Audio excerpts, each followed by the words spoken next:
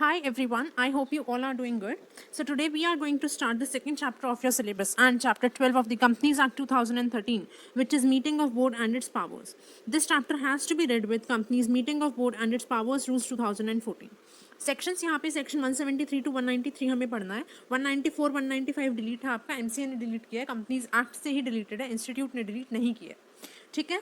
अगर वेटेज की बात करें तो आई एम एक्सपेक्टिंग 10 मार्क्स के अप्रॉक्स का वेटेज इस चैप्टर से, जिसमें 2 डिस्क्रिप्टिव क्वेश्चंस आ सकते हैं. पूरे चांसेस हैं बिकॉज अमेंडमेंट्स भी हैं इस चैप्टर में आपके अटेम्प्ट के लिए, और एमसीक्यूज केस बेस्ड स्टडीज भी मतलब एक्सपेक्टेड हैं. तो टोटल 10 मार्क्स का वेटेज आपका रहने वाला है टेंटेटिव.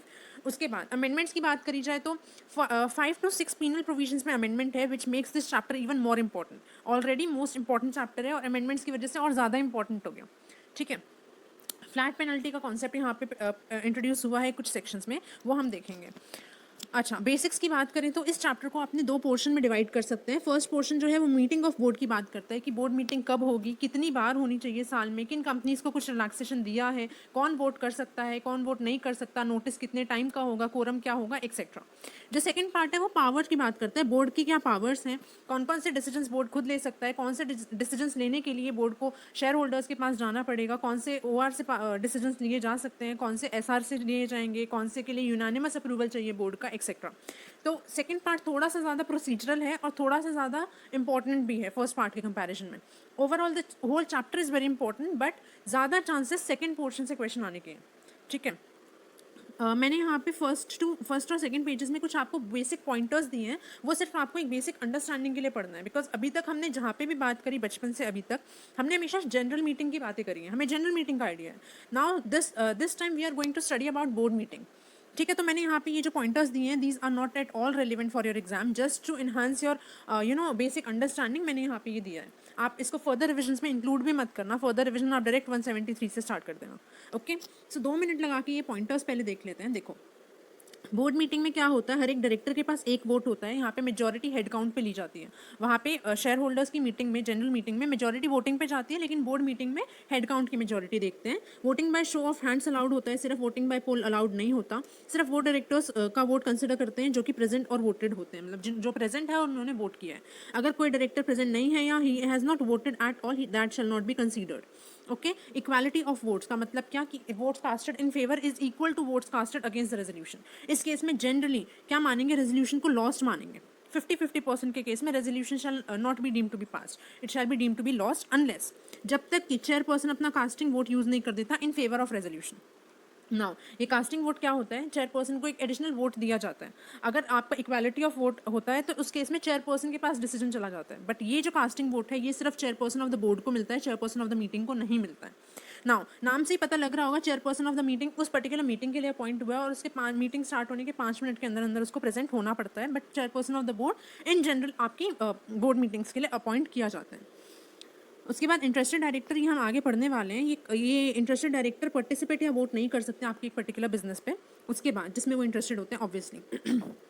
देन आपका डायरेक्टर्स वगैरह प्रॉक्सी अपॉइंट नहीं कर सकते हैं. Even articles can not empower the directors to appoint a proxy. इस पर एक बार क्वेश्चन आया हुआ है, that's why I have included this here. Then minutes of general meeting और मिनट्स ऑफ बोर्ड मीटिंग में कुछ कुछ चीज़ें हैं. इसमें बेसिक डिफरेंस क्या है, देखो, जनरल मीटिंग के जो मिनट्स हैं that can be inspected bye a member during the business hours, but board meetings के जो मिनट्स हैं that can not be inspected by member in any case. ठीक है. जनरल मीटिंग के जो मिनट्स हैं उनकी कॉपीज अवेलेबल करवाने के लिए अगर रिक्वेस्ट आई है तो 7 डेज के अंदर अंदर करवानी पड़ती है, अदरवाइज ये आपकी पेनल्टी है. It is not important, penalty provision is not important. Board meeting के लिए ड्राफ्ट जो मिनट्स हैं वो सर्कुलेट करने पड़ते हैं सारे डायरेक्टर्स को 15 डेज ऑफ मीटिंग के अंदर अंदर. विद इन 7 डेज कंसेंट देंगे डायरेक्टर्स और उससे हमारे मिनट्स प्रिपेयर हो जाएंगे. देन अगेन कुछ बोर्ड मीटिंग और जनरल मीटिंग में डिफरेंसेस हैं, जैसे कि place of conducting annual general meeting. तो आपका annual general meeting registered office या विद इन दैट सिटी जिसमें कि कंपनी रजिस्टर्ड है वहीं पे होना चाहिए. बोर्ड मीटिंग आपकी कहीं पे भी हो सकती है, इंडिया में भी, आउटसाइड इंडिया भी. देन ओरिजिनल मीटिंग जो है एजीएम के केस में नेशनल हॉलीडे पे नहीं हो सकती, बोर्ड मीटिंग हो सकती है. Adjourn board meeting, again adjourn meeting AGM, यहाँ पे बोर्ड मीटिंग हटा देना, it is just meeting. Adjourn meeting आपकी एजीएम अगर है तो वो नेशनल हॉलीडे पे नहीं हो सकती, बोर्ड मीटिंग भी नहीं हो सकती. बट अगर वो स्पेसिफिकली उसी दिन के लिए एडजर्न हुई है तो वो हो सकती है, या फिर आपके आर्टिकल्स में प्रेस्क्राइब्ड है तो वो नेशनल हॉलीडे वाले दिन हो सकती है. टाइमिंग्स जो बोर्ड मीटिंग है वो बिजनेस आवर्स के बाद भी हो सकती है, लेकिन जनरल मीटिंग सिर्फ ड्यूरिंग बिजनेस आवर्स ही होगी। अच्छा, ये बेसिक डिफरेंस ना कन्वीनियंस के लिए, क्योंकि एजीएम में आप शेयर होल्डर्स को मतलब बुलाते हो, शेयर होल्डर्स का सारा पावर उसमें रहता है, लेकिन बोर्ड मीटिंग तो कुछ set of board of directors वहाँ पे होते हैं, जितने कम लोग उतनी बढ़िया कन्वीनियंस। तो ये यहाँ पे जो है ना, ये विद इन एंटिटी के लोगों की जनरली ये चीज़ होती है, तो आप अपनी कन्वीनियंस के हिसाब से चीज़ों को मोल्ड कर सकते हो। इसलिए यहाँ पे आपको बोला है कि आप कहीं पर भी कर लो, कभी भी कर लो, बस कर लो। ओके, सो नाउ आपका चैप्टर का मेन पोर्शन स्टार्ट हो जाता है, यहाँ से आपके सेक्शन प्रोविजनल पार्ट स्टार्ट हो जाता है। Okay, section 173। सबसे पहले हम सेक्शन 173(1) एंड 173(5) को एक साथ रीड करते हैं। इसमें क्या है, नंबर ऑफ बोर्ड मीटिंग, एक साल में आपकी कितनी बोर्ड मीटिंग होनी चाहिए। तो यहाँ पे लिखा है first board meeting of the company जो होगी with in 30 days of incorporation आपको कंडक्ट करनी है। सब्सिक्वेंट बोर्ड मीटिंग के लिए at least 4 board meeting in each calendar year. 3 important words हैं यहाँ पे, at least means this is the minimum requirement, maximum defined नहीं है, आप जितनी चाहे उतनी मर्जी बोर्ड मीटिंग्स आप कंडक्ट कर सकते हो, बट मिनिमम आपको 4 board meeting every calendar year में हेल्ड करनी है। It is not financial year, I am saying this again, it is not financial year. Okay, then 2 board meeting के बीच में जो गैप है वो 120 डेज से ज़्यादा का नहीं होना चाहिए, और एक बोर्ड मीटिंग हर क्वार्टर में हो, it is not necessary.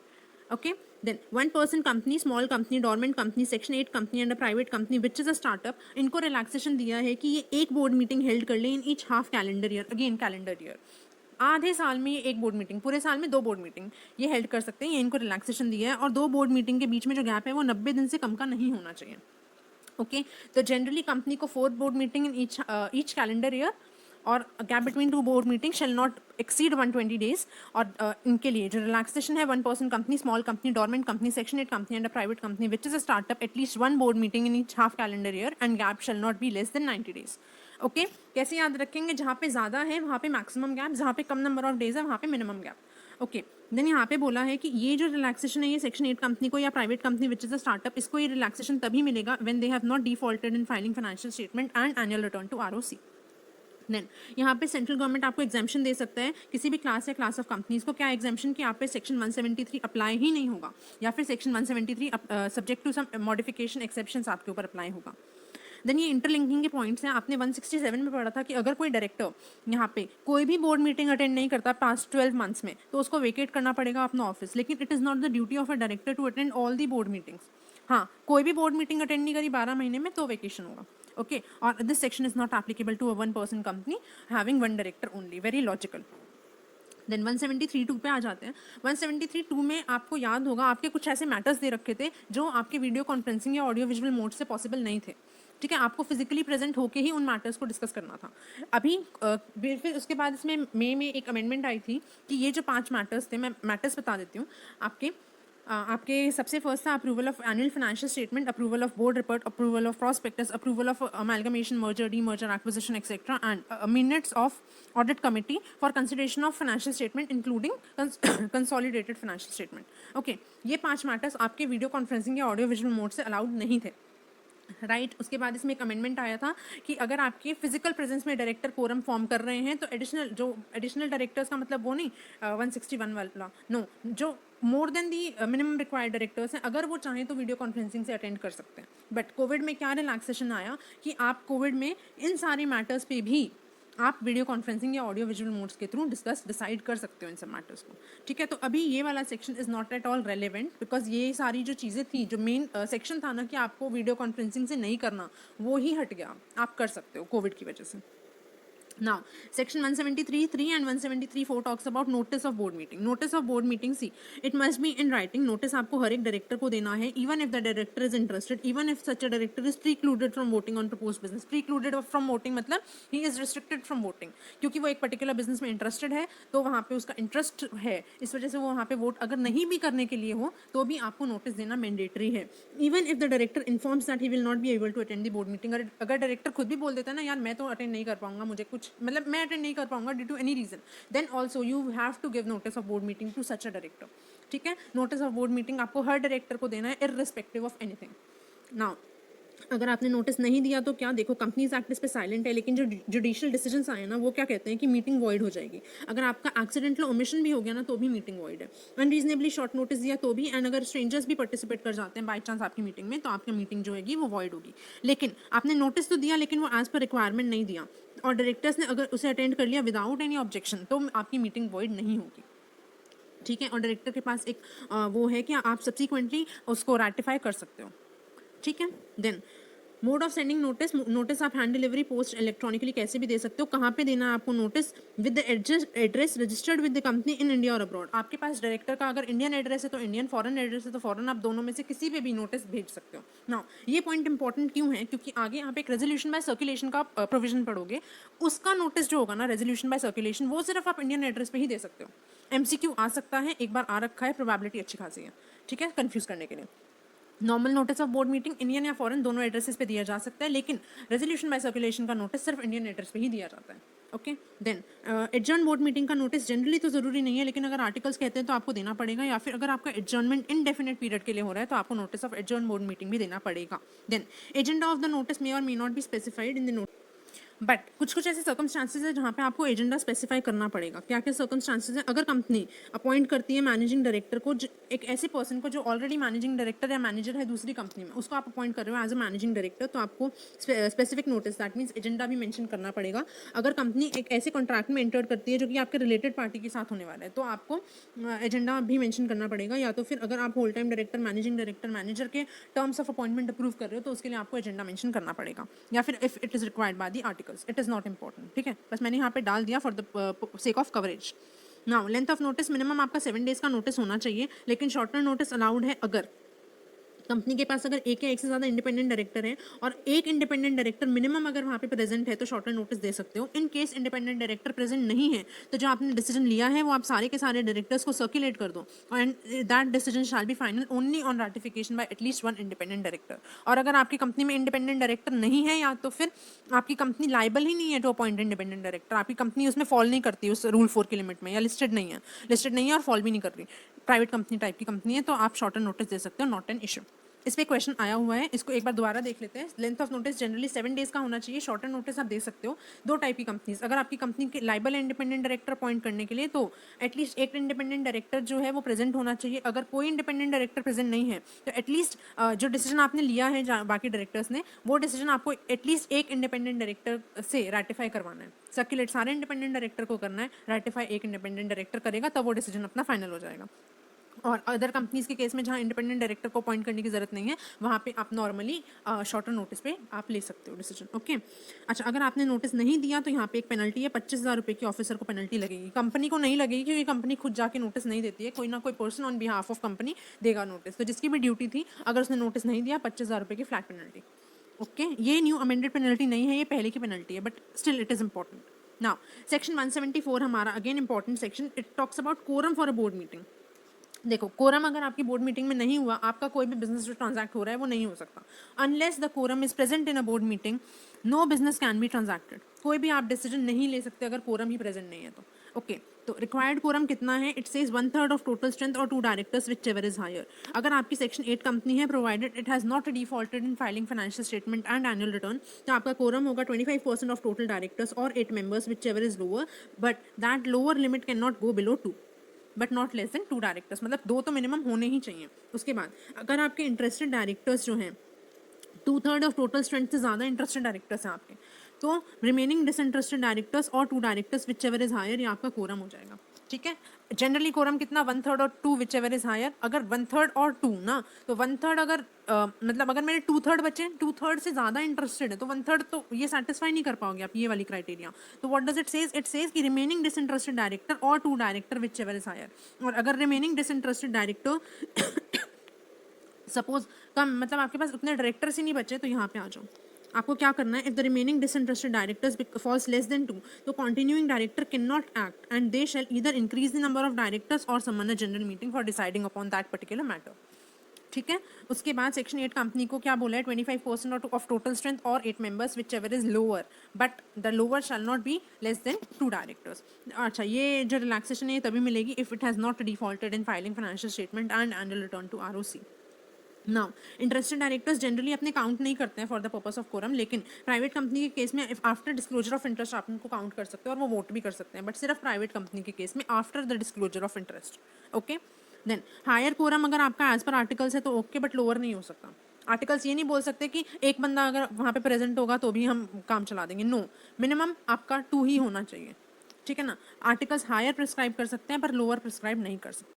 Then हमारा आता है interested director. Who is an interested director? तो interested director in term with respect to a body corporate, आपका डायरेक्टर एक बॉडी कॉर्पोरेट में इंटरेस्टेड कब होगा?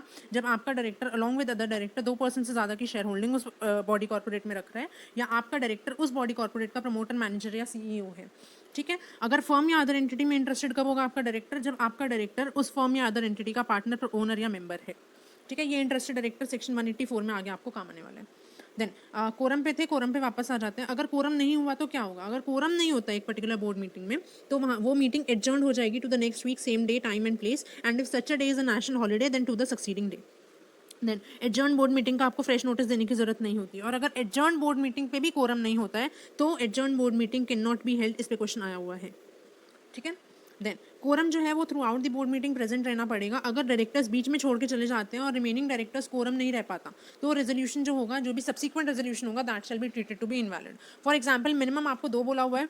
इनिशियली जब डायरेक्टर्स आए थे कोरम 6 लोगों का था, जाते जाते जाते जाते लास्ट के जो 2 मैटर्स पे थे उन पे सिर्फ एक डायरेक्टर बचा रह गया। तो वो जो लास्ट के 2 मैटर्स थे उन पे कोरम नहीं था, वो 2 मैटर्स पर्टिकुलर, वो 2 मैटर्स का जो डिसीजन होगा वो इनवैलिड हो जाएगा। उस पर कोई रेजोल्यूशन अगर पास हुआ होगा तो वो रेजोल्यूशन इनवैलिड हो जाएगा, सिर्फ उन 2 का जिस पे कोरम खत्म हो गया, बाकियों का नहीं। ठीक है। Then resolution passed at adjourn board meeting shall be treated as passed on that day only and not on the date of original board meeting. Yes, इस पे कई बार क्वेश्चन आया हुआ है, इंपॉर्टेंट। देखो क्या मतलब है, सपोज मेरी बोर्ड मीटिंग 17 तारीख को थी ऑफ एनी मंथ, आप एक बार बस एग्जांपल के लिए देख लो। 17 तारीख को बोर्ड मीटिंग थी। बोर्ड मीटिंग में 5 में से 3 मुद्दों पे चर्चा हुई, 2 मुद्दों के लिए बोर्ड मीटिंग एडजर्न हो गई। एडजर्न हो गई नेक्स्ट वीक के लिए। 24 को मेरी बोर्ड मीटिंग हुई और इस पे रिमेनिंग जो 2 मैटर्स थे उन पे मैंने डिसाइड कर लिया। तो जो रिमेनिंग 2 मैटर्स थे ना, वो इफेक्टिव कब से होंगे? 24 से, ना कि 17 से। ठीक है, ये इसका मतलब है। Then again this section is not applicable to a one person company with one director on its board, क्योंकि क्या तो वो मीटिंग करेगा और क्या तो कोरम। ठीक। नेक्स्ट है हमारा section 175 passing of resolution by circulation. क्या होता है resolution by circulation? See generally board resolution में क्या होता है कि सारे के सारे डायरेक्टर्स वगैरह जो भी पार्टिसिपेंट्स हैं वो एक जगह आ जाते हैं, वहाँ पे अपना एक पर्टिकुलर एजेंडा जो भी आपका है उसको डिस्कस करते हैं, उसके ऊपर उसके बाद वोटिंग करते हैं और फिर आपका रेजोल्यूशन पास या फिर लॉस्ट हो जाता है। ये जनरल प्रोसीजर है। रेजोल्यूशन बाय सर्कुलेशन में क्या है कि आपको एक जगह इकट्ठा नहीं होना, सारे के सारे डायरेक्टर्स जहाँ पर हैं, अगर एक जगह हैं, एक ही ऑफिस में है तो अपनी अपनी चेयर पे, अगर डिफरेंट डिफरेंट ब्रांचेस में डिफरेंट डिफरेंट ऑफिस में बैठे हैं तो सब अपनी जगह बैठे रहो। एक पेपर पे ड्राफ्ट रेजोल्यूशन बनता है कि इस पर्टिकुलर रेजोल्यूशन के लिए डिस्कशन किया जा रहा है, उसके फेवर और अगेंस्ट में डायरेक्टर्स को वोट करना होता है। तो वो जो ड्राफ्ट रेजोल्यूशन पेपर पे बनता है वो हर एक डायरेक्टर को सर्कुलेट होता है बाय पोस्ट या फिर बाय हैंड डिलीवरी, इलेक्ट्रॉनिकली, कैसे भी आप कर सकते हो। वो चीज़ सर्कुलेट होती है, हर एक डायरेक्टर उस रेजोल्यूशन को पढ़ता है, उसके बाद उस रेजोल्यूशन में डिसाइड करता है whether director is in favour of such a resolution और नॉट। अगर फेवर में होता है तो वहाँ पे वो फेवर का टिक कर देता है, या जो भी ऑप्शन होता होगा वहाँ पे उस रेजोल्यूशन के फेवर में वोट करने के लिए, वैसे वो उसको वोट कर देता है। और जब फेवर में ओवरऑल मेजॉरिटी हो जाती है तो रेजोल्यूशन पास हो जाता है। तो इससे क्या बेनिफिट होता है कि आपको स्पेसिफिकली टाइम निकाल के एक जगह पे जाके वहाँ पे बैठ के डिस्कस नहीं करना, आपके चेयर पे वहाँ पे आपके पास आ जाएगा। आपको स्पेसिफिक टाइम डेडिकेट करने की जरूरत नहीं है, आपको स्पेसिफिक एक दिन या पर्टिकुलर टाइम अलॉट करने की जरूरत नहीं है। आप अपनी कन्वीनियंस से मेल खोलो या पोस्ट खोलो, आप पढ़ो और उसको आप वोट कर दो। लेकिन इसमें डिसएडवांटेज क्या होता है? डिसएडवांटेज ये होता है कि जब आप एक फिजिकल प्रेजेंस में जब आप डिस्कशन करते हो और एक वर्चुअली जब आप डिस्कशन करते हो, उसमें डिफरेंस हमेशा रहता है। तो यही उसका भी डिसएडवांटेज है। ठीक है। अभी देखो ये कन्वीनियंस आपको क्यों दी गई है। देखो कुछ अगर ट्रांजैक्ट करना है इंपॉर्टेंट बिजनेस जो कि आपने बोर्ड मीटिंग पे नहीं किया और उसको डिफर नहीं कर सकते। फॉर एग्जांपल जनरली 30 सितंबर आपकी रिटर्न फाइलिंग की डेट होती है। सपोज करो 28 को आपकी बोर्ड मीटिंग थी, उसमें आपने 5 में से 2 मैटर्स डिस्कस किए, 3 रह गए रिटर्न से रिलेटेड थे। अब रिटर्न की 30 सितंबर लास्ट डेट है, आप नेक्स्ट वीक तक के लिए एडजर्न हो गई मीटिंग। आप नेक्स्ट वीक तक का तो वेट नहीं कर सकते हो बिकॉज आपकी पेनल्टी लग जाएगी 1 अक्टूबर से।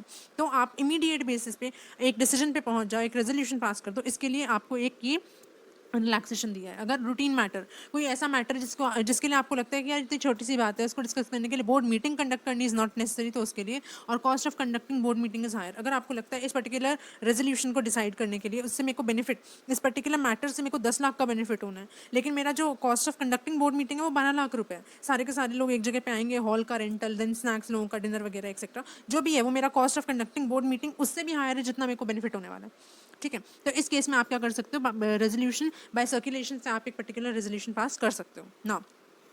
क्या क्या कंडीशंस है for passing a resolution by circulation? See, आपको एक draft resolution along with necessary paper ये आपको सर्कुलेट करना है सारे के सारे डायरेक्टर्स को, again to all the directors interested हो तो भी, अगर उसने इन्फॉर्म कर दिया मैं मीटिंग अटेंड नहीं कर पाऊंगा या मैं रेजोल्यूशन पे वोट नहीं कर पाऊंगा ड्यू टू XYZ रीजन, तो भी आपको रेजोल्यूशन बाय सर्कुलेशन सबको देना है, ठीक है, eight there registered office in India. मैंने ऑलरेडी पहले भी बताया था रेजोल्यूशन बाय सर्कुलेशन सिर्फ इंडियन एड्रेसेस पे ही भेजा जाएगा, ठीक है। तो अच्छा, ये नेसेसरी पेपर्स क्या होता है? Necessary papers are the documents which are necessary to understand the nature of business to be transacted. आप किस चीज़ के बारे में डिस्कस करने जा रहे हैं रेजोल्यूशन के साथ? अगर आपको सपोज रिटर्न में आपको डेप्रिसिएशन कैलकुलेशन के ऊपर डिस्कशन करना है कुछ भी, तो आपको डेप्रिसिएशन कैलकुलेशन की सारी शीट्स और उसके जितने भी नेसेसरी डॉक्यूमेंट्स हैं वो आपको रेजोल्यूशन के साथ चिपका के उसको फिर फॉरवर्ड करना पड़ेगा। Then resolution shall be deemed to have been passed on approval of majority of directors entitled to vote. Those who are interested are not entitled to vote. We have already discussed that. तो जो majority होगा other than those who are not entitled to vote उनका majority अपने देखेंगे और उससे majority से ये decision लिया जाएगा. Then no need of no resolution by circulation if 1/3 or more of the total director require resolution to be passed at board meeting. अगर board meeting में suppose 10 लोग हैं और 10 में से 3 या 5 लोग ऐसा कह रहे हैं कि नहीं यार हमें तो बोर्ड मीटिंग पे ही ये मैटर डिस्कस करना चाहिए, तो आप रेजोल्यूशन बाय सर्कुलेशन से नहीं जा सकते उस मैटर के लिए, ठीक है। अगर 1/3 या उससे ज़्यादा लोग कहते हैं कि ये डिस्कशन बोर्ड मीटिंग पे ही होगा तो वो डिस्कशन बोर्ड मीटिंग पे ही होगा, ओके। रेजोल्यूशन बाय सर्कुलेशन कुछ इंपॉर्टेंट डिसीजंस के लिए आप नहीं ले सकते, रूटीन मैटर्स वगैरह के लिए ही ले सकते हो। कुछ चीज़ें स्पेसिफिकली मना करी हैं कि आप ये काम रेजोल्यूशन बाय सर्कुलेशन से नहीं कर सकते। एक हम ऑलरेडी पढ़ चुके हैं, याद होगा आपको 161(4) में हमने पढ़ा था, कैजुअल वैकेंसी जब हम फिल करते हैं that has to be filled by the board of directors at board meeting only. वो casual vacancy resolution by circulation पे नहीं हो सकती, ठीक है। उसके अलावा यहाँ पे इस सेक्शन में कुछ मैटर्स दे रखे हैं, आगे भी हम कुछ कुछ मैटर्स देखेंगे। क्या क्या मैटर्स है देखो, फिलिंग ऑफ कैजुअल वैकेंसी हम पढ़ चुके हैं, making loan guarantee security investment ये 186 185 186 में हम ये पढ़ने वाले हैं। 186 इन दो सेक्शंस में हम ये पढ़ने वाले हैं। उसके बाद power to make calls on shares, borrow funds और investment and making of political contribution section 182। ये सारे काम हम रेजोल्यूशन बाय सर्कुलेशन से नहीं कर सकते, इनके लिए आपको बोर्ड मीटिंग ही कॉल करनी पड़ेगी। देन रेजोल्यूशन बाय सर्कुलेशन जो भी होगा उसको सब्सिक्वेंट बोर्ड मीटिंग पे उसको नोट करेंगे और उसको मिनट्स में भी डालना है, ठीक है। देन ये इंपॉर्टेंट है, resolution by circulation does not dispense statutory requirement of holding minimum board meeting requirement. Minimum आपको 4 बोर्ड मीटिंग या 2 बोर्ड मीटिंग हेल्ड करनी ही है डिस्पाइट आपने रेजोल्यूशन बाय सर्कुलेशन से कोई रेजोल्यूशन पास किया है। ये minimum number of board meeting है, मिनिमम रिक्वायरमेंट है, स्टैट्यूटरी रिक्वायरमेंट, ये आपको फुलफिल करनी है, ठीक है। देन नेक्स्ट सेक्शन मेरा section 176 defects in appointment of director not to invalidate action taken. अगर आपने किसी भी डायरेक्टर की अपॉइंटमेंट में कोई डिफेक्ट नोटिस किया तो प्रायर एक्ट्स जो भी उस डायरेक्टर ने लिए हैं वो इनवैलिड नहीं होंगे, ठीक है। जो हाँ आपने जिस दिन उसको नोटिस कर लिया डिफेक्ट को उसके आगे की एक्ट्स इनवैलिड हो जाएंगे, लेकिन प्रायर एक्ट्स पे उस पर कोई फर्क नहीं पड़ेगा, ओके। तो ये हो गया मेरा 173 से लेके 176 first part of the portion जो मैं आपको कह रही थी मीटिंग से रिलेटेड, वो यहाँ पे मेरा कंप्लीट होता है, ठीक है। अगर एक बार फटाफट रिवाइज करना चाहें कि हमने क्या पढ़ा, तो हमने सेक्शन 173 पढ़ा, 173(1) में और 173(5) में नंबर ऑफ बोर्ड मीटिंग पढ़ा, 4 board meeting in each calendar year generally और एक्सेप्शनल कुछ कंपनीज के लिए 1 board meeting in each half calendar year, वहाँ पे maximum gap shall not exceed 120 days, यहाँ पे minimum gap should be 90 days. उसके बाद हमने नोटिस ऑफ बोर्ड मीटिंग पढ़ा, उसमें हमने मेन क्या पढ़ा कि आपको बोर्ड मीटिंग हर एक डायरेक्टर को देना है, इररिस्पेक्टिव कि वो इंटरेस्टेड हो, इररिस्पेक्टिव कि वो प्रीक्लूडेड हो, इररिस्पेक्टिव कि वो ऑलरेडी बोल चुका है कि I will not be able to attend the board meeting, ठीक है। उसके बाद हमने 173(2) में कुछ वो पढ़े थे कि वीडियो कॉन्फ्रेंसिंग वगैरह किसके लिए प्रोहिबिटेड है, किन मैटर्स के लिए, लेकिन अब वो क्योंकि कोविड के आने की वजह से वो सब आपके अभी फिलहाल रिलेवेंट नहीं है।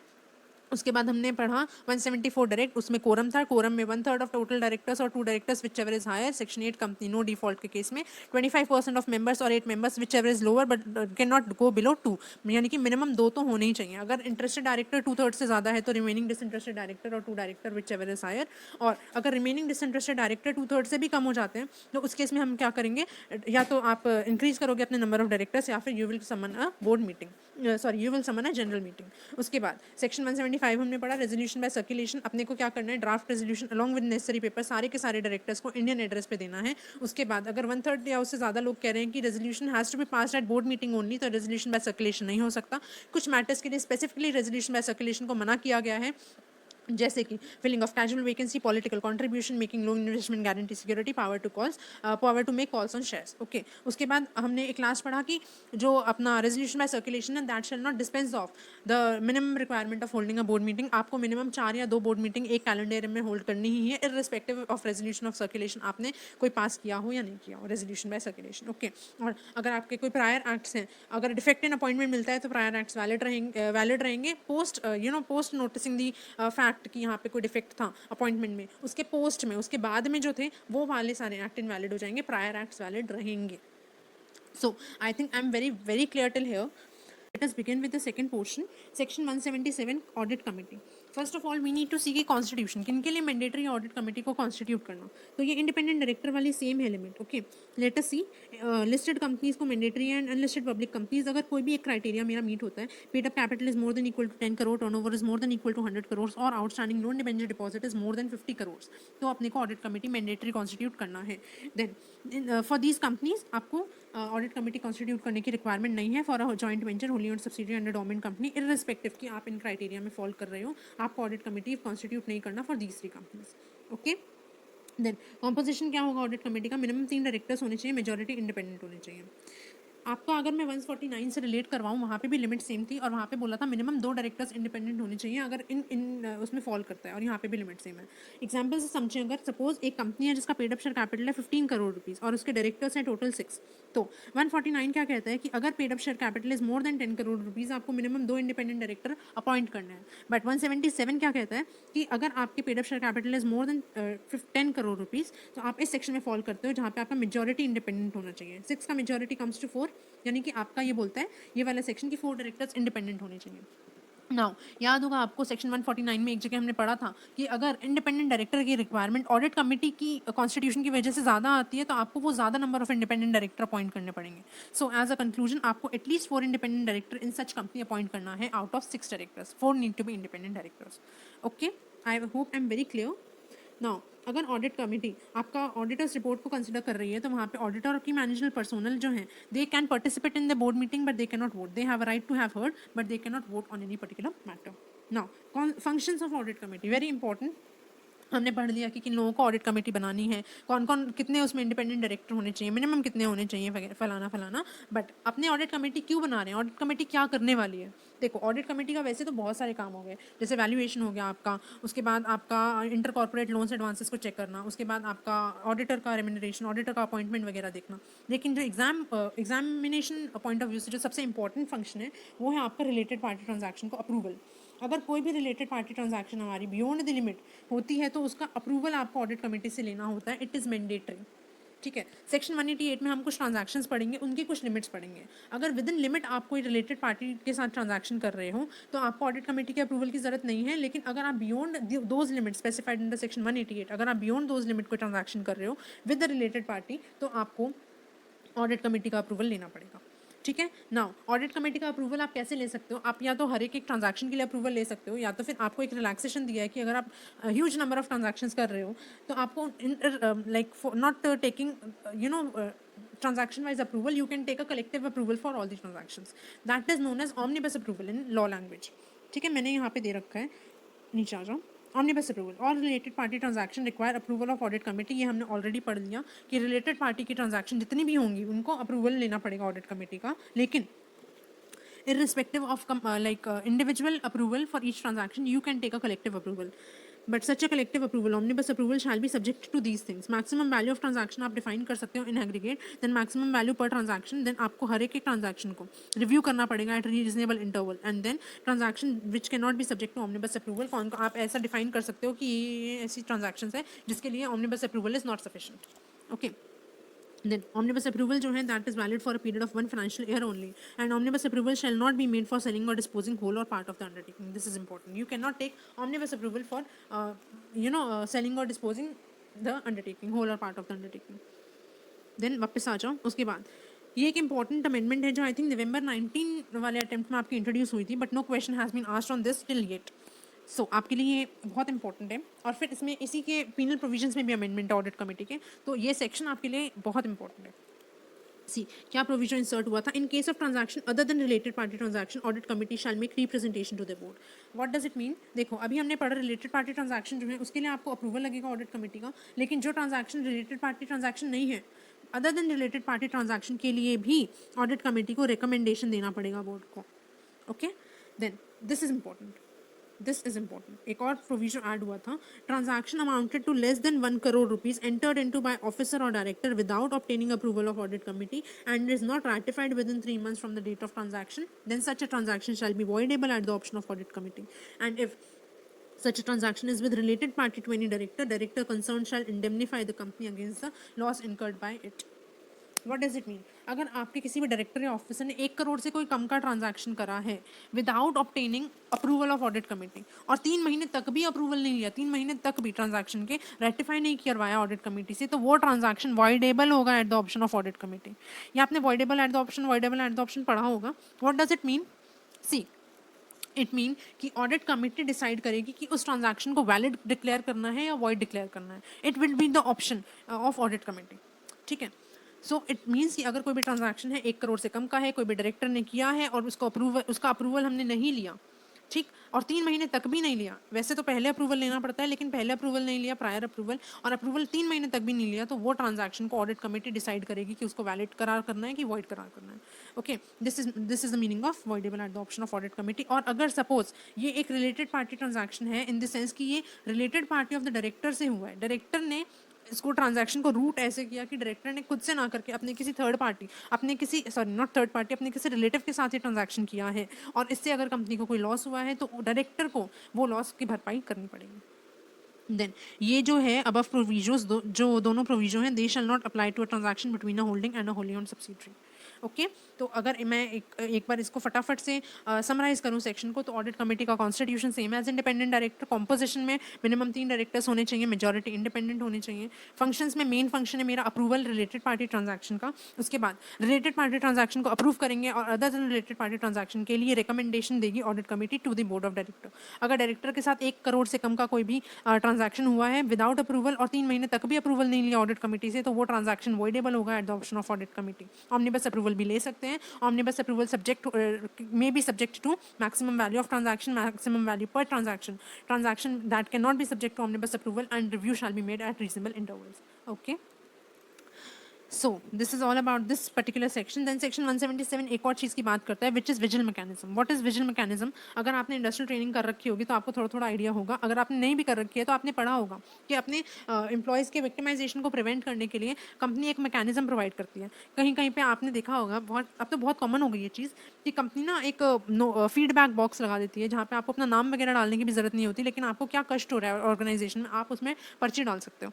ठीक है, लिख के डाल सकते हो, आप किसी पर्टिकुलर पर्सन को मेल कर सकते हो एक एनोनिमस मेल आईडी से अपनी ही कि आपको मुझे ये तकलीफ हो रही है। तो इसके लिए कंपनीज को विजिल मैकेनिज्म कंपनीज बनाती हैं। अच्छा, ये कौन कौन सी कंपनीज को मैंडेटरी है? See listed companies accepted deposit and companies जिन्होंने बोरो करा है from banks and financial institution more than 50 crore rupees. ठीक है, इनको मैंडेटरी है। देन ऑडिट कमेटी या फिर board of director in absence of audit committee shell oversee the vigil mechanism and disclosure देना पड़ेगा आपको कि हमने विजिल मैकेनिज्म एस्टैब्लिश किया है on the website of the company and in the board report. Section 178 nomination and remuneration committee, इसको कौन कौन सी कंपनीज को ये बनाना पड़ेगा। पहले तो इसका मेन काम क्या होता है, इसका मेन फंक्शन होता है कि ये जो आपके बोर्ड ऑफ डायरेक्टर्स अपॉइंट होते हैं ना, इनका नाम रेकमेंड करती है। इसके अलावा ये स्पेसिफाई करती है कुछ ऐसे मैटर्स जिनके लिए परफॉर्मेंस इवैल्यूएशन के लिए जिनको आप देख सकते हो, या तो फिर एक्सटर्नल एजेंसीज वगैरह, इंडिपेंडेंट डायरेक्टर जहाँ से अपॉइंट होंगे उनके एक्सटर्नल एजेंसीज, उनका इवैल्यूएशन ऑफ परफॉर्मेंस वो सब ओवरसी करने के लिए। ठीक है, मैंडेटरी कॉन्स्टिट्यूशन की अगर बात करें तो ये भी अपना सेम है, इंडिपेंडेंट डायरेक्टर और ऑडिट कमेटी वाला, listed company, public company having paid up capital more than equal to 10 crore, turnover more than equal to 100 crores and loan debenture deposit more than 50 crore. Exemptions हमारे same है, wholly owned subsidiary, joint venture and a dormant company.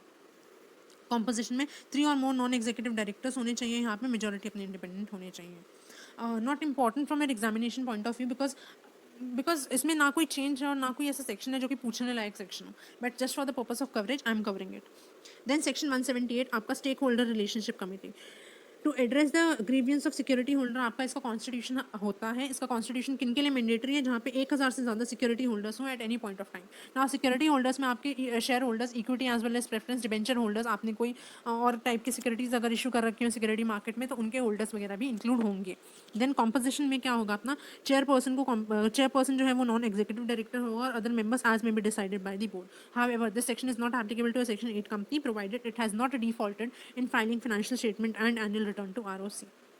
Now ये आ गया हमारा centre of the attraction, the very first amendment applicable for December 21 examination. First penal provision में amendment हुआ था, ये हमारा दिसंबर ऑनवर्ड्स ही एप्लीकेबल है। सी punishment for contravention under section 177 and 178। 177 178 में हमने अभी तक 4 चीज़ें पढ़ी हैं। सबसे पहला ऑडिट कमेटी, नंबर 2 हमने पढ़ा vigil mechanism, number 3 NRC and number 4 SRC, nomination remuneration committee, stake holder relationship committee. ना अगर इन चारों के किसी भी प्रोविजन में आप अगर कोई भी कॉन्ट्रवेंशन करते हो तो आपको क्या पनिशमेंट लगेगी। पहले ये पनिशमेंट थी, अभी पहले का नहीं पढ़ा रही हूँ, सिर्फ अमेंडेड पढ़ा रही हूँ। कंपनी को फाइन लगेगा 5 लाख रुपए का, ऑफिसर इन डिफॉल्ट को 1 लाख रुपीज़ का, and it is a flat penalty. Up to वाला सीन हटा दिया, फ्लैट भैया 5 लाख रुपए और 1 लाख रुपए आपको लग जाएगा।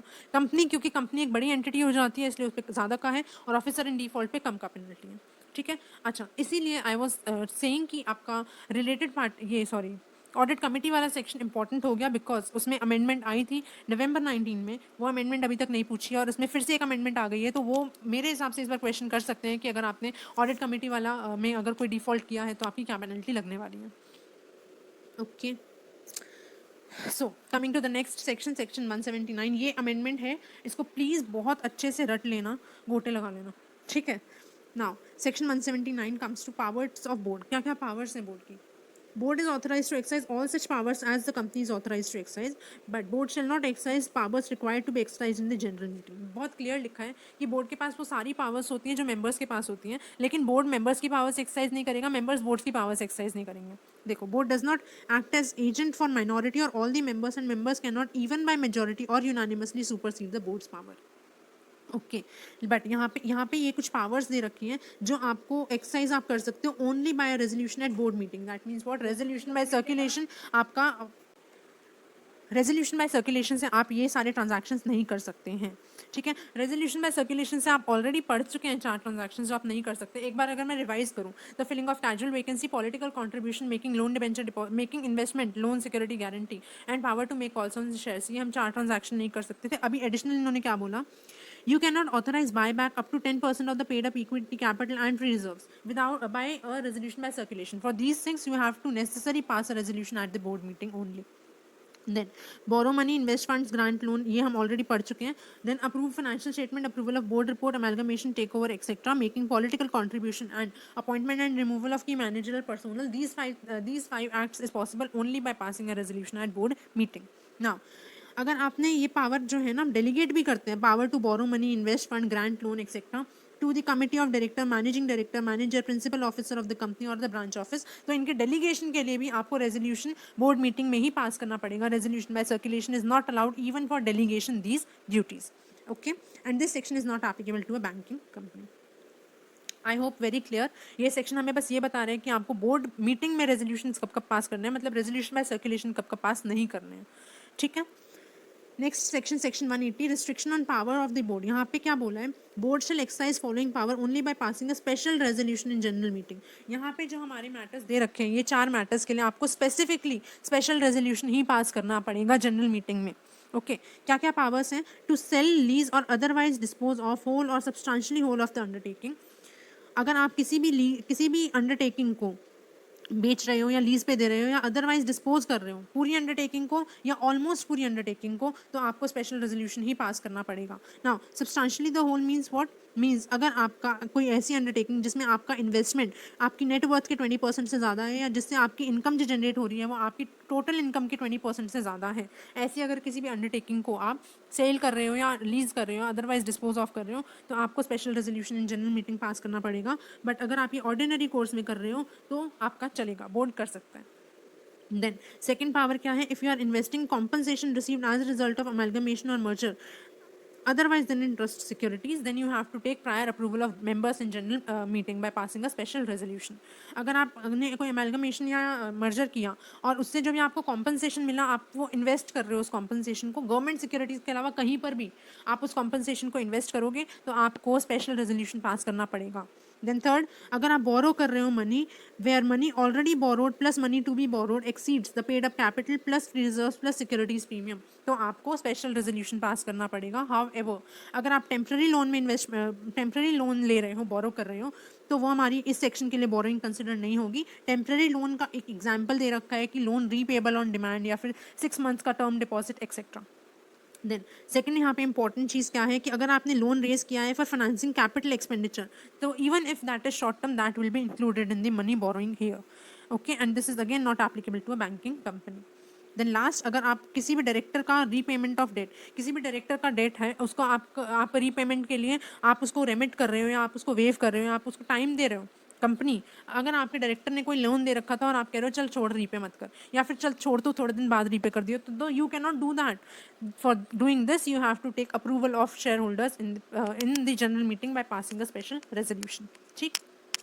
सो अभी तक हमने 4 मैटर्स पढ़े जिसमें आपको मैंडेटरी स्पेशल रेजोल्यूशन पास करना पड़ेगा. क्या क्या? इफ़ यू आर सेलिंग और डिस्पोजिंग होल और पार्ट ऑफ द अंडरटेकिंग. उसके बाद if you are investing compensation received as a result of amalgamation, and if you are investing such a compensation otherwise then in trust securities, if you are borrowing money where money borrowed along with money to be borrowed exceeds the paid up capital plus reserve plus your securities premium, and if you are giving extra time और if you are remitting the repayment of debt due to any director. Okay. Last जो point था, that is not applicable to a private company. So for these 4 things you have to mandatorily take the approval of members in the general meeting by passing a special resolution. I hope I'm very clear till here. Now section 181, 182, 183 बहुत easy sections हैं. I think most easiest section इस chapter के. और एक अच्छी बात ये है कि ट्रेंड में ऐसा है कि ये सेक्शन से भी आ रहे हैं एग्जाम में questions. Okay, so if you are lucky enough you'll see a question from these sections. Okay, now section 181 contribution to charitable trust. इसमें क्या है कि आपकी कंपनी चैरिटेबल ट्रस्ट को कितना कॉन्ट्रीब्यूशन कर सकती है और उसके लिए क्या रेजोल्यूशंस पास करने की जरूरत है. Let us see. It is applicable to all the companies whether a public और अ प्राइवेट कंपनी. रादर ये सारी sections are applicable to all the companies. Now amount of contribution for contributing up to 5% of average net profit of past 3 years, you have to pass a board resolution only, either at a board meeting or by resolution by circulation. Does not make a difference. Okay, for this section. Now if you are making a contribution in excess of 5% of average net profit of past 3 years, then you have to take prior approval of company in general meeting. That means what? You have to pass OR in GM. OR in GM, ordinary resolution आपको pass करना पड़ेगा in the general meeting. Okay, for this thing.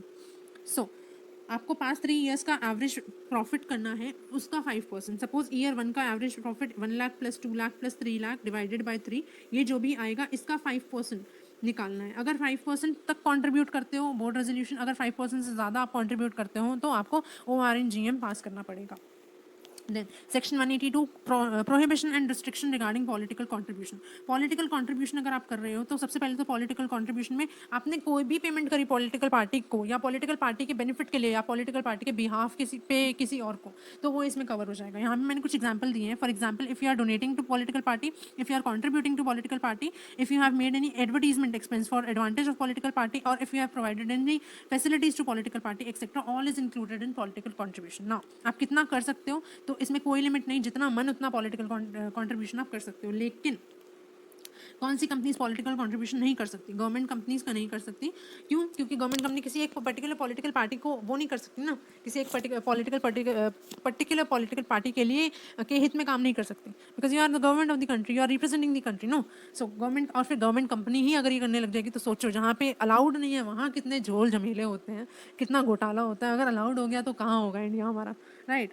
Then और अगर company आपकी 3 साल से भी कम के लिए एग्जिस्टेंस में है, यानी कि कंपनी को इनकॉर्पोरेट हुए 3 ईयर्स भी नहीं हुए और आपने पॉलिटिकल कंट्रीब्यूशन स्टार्ट कर दिया, तो मतलब तो आपकी कंपनी को आपने बनाया ही इसीलिए था, फर्जी कंपनी बनाई थी. Right. Then what are the conditions for making political contribution? You have to pass a resolution at board meeting only. ये हमने पहले भी पढ़ा था, सेक्शन 175 में भी पढ़ा था, 179 में भी पढ़ा था कि अगर आपको पॉलिटिकल कंट्रीब्यूशन करना है तो resolution by circulation is not allowed. Okay. Then disclosure आपको देना पड़ेगा पीएनएल अकाउंट में कि आपने कितना कंट्रीब्यूट किया है अमाउंट. ठीक है. उसके बाद मैनर जो होगा आपका पॉलिटिकल पार्टी को आप कैश में पेमेंट नहीं कर सकते. That has to be account payee cheque, bank draft और इलेक्ट्रॉनिक क्लियरिंग सिस्टम के थ्रू ही आप पेमेंट कर सकते हो. ओके. अगर आपने इस पर्टिकुलर सेक्शन को कॉन्ट्रीवीन किया तो आपकी कंपनी को फाइन लगेगा up to 5 times of the amount contributed. Officer in default same 5 times of the up to 5 times of the amount contributed and imprisonment मुफ्त up to 6 months. Then companies may make contribution to electoral trust. ये मैंने पहले नहीं डाला था but इस पे question आया, so I have inserted this point also.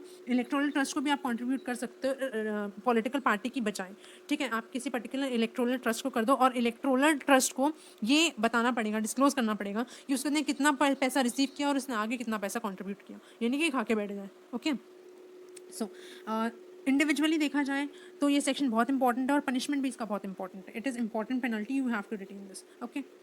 Then next section हमारा section 183 contribution to national defence fund. National defence fund को आपने कितना अमाउंट कंट्रीब्यूट कर सकते हो, तो कितना भी अमाउंट कंट्रीब्यूट कर सकते हो, लेकिन आपको बोर्ड रेजोल्यूशन पास करना पड़ेगा. अब बोर्ड रेजोल्यूशन बोर्ड मीटिंग में भी कर सकते हो, रेजोल्यूशन बाय सर्कुलेशन भी कर सकते हो, योर चॉइस. देन बोर्ड ये पावर डेलीगेट कर सकती है टू एनी पर्सन और द अथॉरिटी, और नेशनल डिफेंस फंड की बजाय आप किसी और approved government approved fund, central government approved fund में भी पैसा डाल सकते हो, जैसे कि prime minister national relief fund etcetera.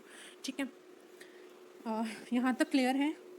So next section 184, बहुत छोटा सा section. It talks about disclosure of interest of director. अगर आपका डायरेक्टर इंटरेस्टेड है तो आपके डायरेक्टर को डिस्क्लोज करना पड़ेगा कि मैं इस फर्म में, इस एंटिटी में, इस बॉडी कॉर्पोरेट में इंटरेस्टेड हूँ. ठीक है. बस यही कहता है ये सेक्शन. अगर डिस्क्लोजर नहीं किया तो पेनल्टी लगेगी. पेनल्टी में अमेंडमेंट है, तो ये सेक्शन इंपॉर्टेंट है. ओके. सी डिस्क्लोजर अब इंटरेस्टेड कब होगा, याद करो हमने पढ़ा था सेक्शन 170 आई थिंक 174 में या 173 में हमने पढ़ा था कि आप इंटरेस्टेड कब होगे, जब फर्म या एंटिटी में आप इंटरेस्टेड कब होगे, जब आप उस फर्म या एंटिटी के पार्टनर, प्रोप्राइटर या मेंबर होगे. बॉडी कॉर्पोरेट में जब आपने अलॉन्ग विद अदर डायरेक्टर 2% से ज़्यादा की होल्डिंग रखी हो, या फिर आप उस एंटिटी, उस बॉडी कॉर्पोरेट के डायरेक्टर हो, या और ये वो body corporate is accustomed to act as per your direction. यहाँ पे वही चीज़ रिपीट हुई है कि आप इंटरेस्टेड कब होगे, when the company enters into a contract with the body corporate in which the director along with other director holds more than 2% of the paid up capital of that company, और where such director is promoter, manager और CEO, and in case of a firm और other entity where such director is a partner, owner और member. Now when are you required to make the disclosure of your interest. आपको कब कब disclosure देना पड़ेगा. First board meeting जब आप जिसमें आप पार्टिसिपेट करते हो as a director, every financial year पे आपको डिस्क्लोजर देना पड़ेगा. और जब भी कोई भी चेंजेस होते हैं आपकी उसमें होल्डिंग में या आपके इंटरेस्ट में कोई चेंज होता है या कंपनी में कोई चेंज होता है, तो भी आपको डिस्क्लोजर देना पड़ेगा कि मेरा इंटरेस्ट इन्फ्लुएंस नहीं हुआ है, I am still not interested in that contract और इन दैट कंपनी. ना जो आपका नोटिस ऑफ डिस्क्लोजर होगा that has to be preserved by the company for 8 years. ओके. Then what is your duty. Duty है आपकी कि you have to make disclosure of interest at board meeting and you shall not participate in that meeting. However in case of a private company the director is allowed to participate after the disclosure of interest. Okay. Consequences, अगर आप interest disclose नहीं करते हो या फिर आप उसमें participate कर लेते हो तो उसके कॉन्सिक्वेंसेज क्या होंगे. Contract become voidable eight the option of company. That means company will decide कि उस कॉन्ट्रैक्ट को हमें वैलिड करना है या उस कॉन्ट्रैक्ट को वॉइड डिक्लेयर कर देना है. उसके बाद ऑफिसर जो है, ऑफिस ऑफ डायरेक्टर, जो भी डायरेक्टर है वो 167 के हिसाब से अपना ऑफिस वेकेट कर देगा. ये हमने 167 में भी पढ़ा था, यहाँ पे भी पढ़ रहे हैं. और पनिशमेंट, फ्लैट पेनल्टी 1 लाख रुपया आपको देना पड़ेगा. फ्लैट पेनल्टी इंट्रोड्यूस हुई है December 21 से ही एप्लीकेबल है, अमेंडमेंट है, इंपॉर्टेंट है. Okay. Moving forward, next section of this chapter, very important section, section 185. ये आपका अमेंड हुआ था, आई थिंक ये भी November 19 में अमेंड हुआ था और बहुत इंपॉर्टेंट पहले भी था, अमेंडमेंट होने के बाद भी है, तो important section. See loan to director. अगर आप अपने डायरेक्टर को लोन देते हो तो उस पर क्या रिस्ट्रिक्शन है, ये सेक्शन उसके बारे में आपको बताता है. Let us start with this section. No company shall directly or indirectly advance any loan, including book debts, guarantee or security, to the director of the company, director of holding company, partner or relative of director, or firm in which such a director or relative is a partner. आपको अपनी company के director को या holding के director को loan नहीं देना, relative को, डायरेक्टर के पार्टनर रिलेटिव को लोन नहीं देना इन एनी सर्कमस्टांस, या फिर कोई भी ऐसी फर्म को लोन नहीं दे सकते जिसमें कि डायरेक्टर जो है वो रिलेटिव है, डायरेक्टर या उसका रिलेटिव पार्टनर है. I am sorry. Okay. So आपको loan including book debt, guarantee या सिक्योरिटी डायरेक्टर अपनी कंपनी के डायरेक्टर को, होल्डिंग कंपनी के डायरेक्टर को, अपनी कंपनी के डायरेक्टर के रिलेटिव को, या ऐसी किसी भी फर्म में फर्म को जिसमें आपका डायरेक्टर पार्टनर है उसको आपको लोन नहीं देना है। लेकिन लेकिन एक्सेप्शन है तो क्वेश्चन है, ओके। लेकिन एक्सेप्शन क्या है? सी, कंपनी में एडवांस लोन और इंक्लूडिंग बुक डेट, गारंटी और security to any person in whom the director is interested subject to following. लेकिन company loan, book debt, guarantee या सिक्योरिटी दे सकती है किसको? ऐसे पर्सन को जिसमें डायरेक्टर इंटरेस्टेड है। ऐसा पर्सन कौन है? See here, jump here, okay, jump here. ऐसी कोई भी प्राइवेट कंपनी जिसमें कि डायरेक्टर जो है, डायरेक्टर या मेंबर है, कोई भी बॉडी कॉर्पोरेट जिसमें 25% से ज़्यादा वोटिंग डायरेक्टर या 2 और मोर डायरेक्टर की है, या फिर कोई भी body corporate which is accustomed to act in the accordance with the direction of the lending company. आपकी डायरेक्टर के हिसाब से किसी कंपनी की डिसीजन मेकिंग अगर हो रही है तो उन कंपनीज़ को आप लोन एडवांस कर सकते हैं, बुक डेट्स दे सकते हैं, गारंटी दे सकते हैं, सिक्योरिटी दे सकते हैं, ठीक है। क्रक्स में बताया जाए तो आपको डायरेक्टर को लोन, आपकी कंपनी को अपने डायरेक्टर को डायरेक्टली लोन नहीं देना, लेकिन आपकी कंपनी की डायरेक्टर जो है, डायरेक्टर की कंपनी को लोन दे सकते हो। डायरेक्टर की कोई प्राइवेट कंपनी है जिसमें वो 15 डायरेक्टर है, या तो फिर डायरेक्टर की कोई ऐसी कॉर्पोरेट है जिसमें उसके हिसाब से काम होता है, या तो फिर कोई ऐसी कंपनी है जिसमें 25% एक या एक से ज़्यादा डायरेक्टर होल्ड करते हैं, तो उस कंपनी को आप लोन, गारंटी, सिक्योरिटी या बुक डेट्स दे सकते हो, subject to the condition. Subject to है तो क्वेश्चन है। C. Subject to passing of special resolution in general meeting, and an explanatory statement of the notice of general meeting shall disclose the particulars of loan, guarantee or security given and the purpose for which it is proposed to be utilized by the recipient, and the loan are utilized by the company for its principal activities। जो loan है वो company के principal objective, company के objectives जो main objectives हैं उसके लिए ही use होने चाहिए, और आपको स्पेशल रेजोल्यूशन पास करना पड़ेगा जनरल मीटिंग में, एक एक्सप्लेनेटरी स्टेटमेंट देनी पड़ेगी जहाँ पे पर्टिकुलर्स ऑफ लोन होगा और ये बोला गया होगा कि लोन आप उसी पर्पज़ के लिए यूटिलाइज कर रहे हो जिसके लिए आपने मांगा था, यानी कि अपने प्रिंसिपल बिजनेस ऑब्जेक्टिव्स के लिए, ठीक है। नाउ एग्जेम्पशंस क्या हैं? Giving any loan to whole time director और managing director. You can give loan to whole time director, managing director अगर आप वो सर्विस सारे के सारे एम्प्लॉयज़ को लोन दे रहे हो तो। सपोज आप अपनी कंपनी के सारे एम्प्लॉयज़ को 10% के इंटरेस्ट रेट पे या मार्केट इंटरेस्ट रेट पे लोन देते हो, तो आप अपने मैनेजर वगैरह को, होल टाइम डायरेक्टर्स को भी लोन दे सकते हो, ओके। या तो फिर अगर आपका लोन अप्रूव्ड है by passing a special resolution in general meeting तो आप वो लोन दे सकते हो। देन अगर company market rate of interest पे लोन दे रही है तो आप लोन दे सकते हो। See, companies whose ordinary course of activities to provide loan, guarantee, security and interest rate is charge at not less than the rate prevailing yield of 3, 5, 10 years government security. आप market government security के interest के rate के हिसाब से loan दे रहे हो और आपका ऑर्डिनरी बिजनेस ही लोन देने का है तो आप लोन दे सकते हो अपने डायरेक्टर वगैरह को या होल्डिंग के डायरेक्टर को। या फिर आप लोन दे सकते हो, होल्डिंग कंपनी अपनी होल्डिंग और सब्सिडरी को लोन, गारंटी, सिक्योरिटी दे सकती है, या फिर अपनी सब्सिडरी को गारंटी या सिक्योरिटी दे सकती है। इन दोनों पॉइंट्स में डिफरेंस क्या है? यहाँ पे आपकी होल्डी ऑन सब्सिडरी यानी कि 100% सब्सिडरी को आप लोन भी दे सकते हो, गारंटी भी दे सकते हो, सिक्योरिटी भी दे सकते हो, लेकिन आपकी होल्डिंग वहाँ पे 50% से ज़्यादा है, 100% से कम है, वो कंपनी आपकी होल्डी ऑन सब्सिडरी नहीं है, सिर्फ सब्सिडरी है, आप लोन नहीं दे सकते, सिर्फ गारंटी या सिक्योरिटी दे सकते हैं। This is the difference, okay. See, loan और गारंटी और security by holding company to its wholly owned subsidiary company, और गारंटी और security but not loan by holding company to the subsidiary company, okay. Provided under C&D the loan is utilized for the principal business activity. Then अगर आप contravention करते हो तो आपकी penalty यहाँ पे लगेगी, कंपनी को 5 लाख से 25 लाख तक, ऑफिसर इन डिफॉल्ट को 6 महीने तक की जेल, 5 लाख से 25 लाख तक की पेनल्टी, या और डायरेक्टर होल्डी ओन्ड सब्सिडरी कंपनी जिसने भी लोन दिया है, जिसको भी लोन मिला है उसको 5 लाख से 25 लाख तक की पेनल्टी और 6 महीने तक की जेल, अगर इंडिविजुअल है तो कंपनी को आप जेल नहीं भेज सकते, ठीक है। So this is all about this section. एक बार अगर मैं फटाफट से रिवाइज करूँ इस सेक्शन को तो क्या कहता था ये सेक्शन कहता था कि आप डायरेक्टली अपने डायरेक्टर, अपनी होल्डिंग कंपनी के डायरेक्टर, अपने डायरेक्टर के रिलेटिव पार्टनर या फिर फर्म जिसमें डायरेक्टर पार्टनर है उसको आप डायरेक्टली लोन नहीं दे सकते, लेकिन आप किसको लोन दे सकते हो? आप लोन दे सकते हो किसी भी प्राइवेट कंपनी में जिसमें डायरेक्टर है, बॉडी कॉर्पोरेट जिसमें डायरेक्टर के हिसाब से काम हो रहा है, या फिर बॉडी कॉर्पोरेट जिसमें 25% एक या एक से ज़्यादा डायरेक्टर ने होल्ड कर रखा है, 25% या उससे ज़्यादा। अभी लोन देने के लिए जो 3 लोगों को अलाउड है वो कैसे अलाउड है? आपको स्पेशल रेजोल्यूशन पास करना पड़ेगा जनरल मीटिंग में, और आपको एक्सप्लेनेटरी स्टेटमेंट देना पड़ेगा साथ में, और साथ ही साथ आपको ये बताना पड़ेगा कि लोन जो है वो प्रिंसिपल बिजनेस एक्टिविटी के लिए यूटिलाइज हो सकता है, होगा। ओके, इंश्योर करना पड़ेगा। उसके बाद आपके कुछ एक्सेप्शंस थे कि अगर आप सबको लोन दे रहे हो तो आप उनको भी लोन दे दो। अगर आप सबको लोन दे, आपका काम ही लोन देने का है और आप मार्केट इंटरेस्ट रेट पे लोन देते हो तो आप managing director, whole time director को लोन दे सकते हो। एक सब्सिडी होल्डिंग अपनी होली ओन सब्सिडी को दे सकती है लोन गारंटी सिक्योरिटी, और एक होल्डिंग अपनी सब्सिडी को गारंटी और सिक्योरिटी दे सकती है, लोन नहीं दे सकती। And the rest is penal provision. ठीक है, ओके। अच्छा, मैं एक बार छोटा सा एक इंटरकनेक्शन यहाँ पे करवा देती हूँ कि हमने यहाँ पे पढ़ा special resolution in general meeting, हमने पीछे भी पढ़ा है special resolution in general meeting section 180 में। तो अभी आपको स्पेशल रेजोल्यूशन कहाँ कहाँ पे पास करना है, वहाँ के 4 मैटर, यहाँ का 1 मैटर।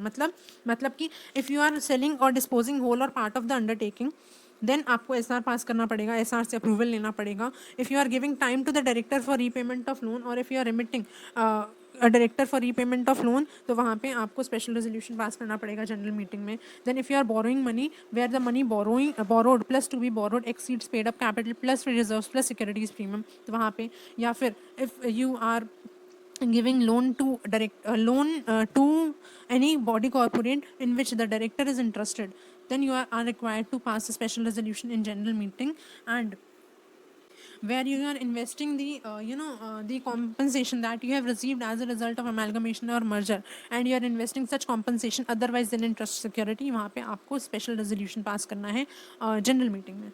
ओके, देन हमने कुछ वहाँ पे पॉइंटर्स पढ़े थे जहाँ पे आपको specifically board resolution board meeting में ही पास करना है, रेजोल्यूशन बाय सर्कुलेशन अलाउड नहीं है।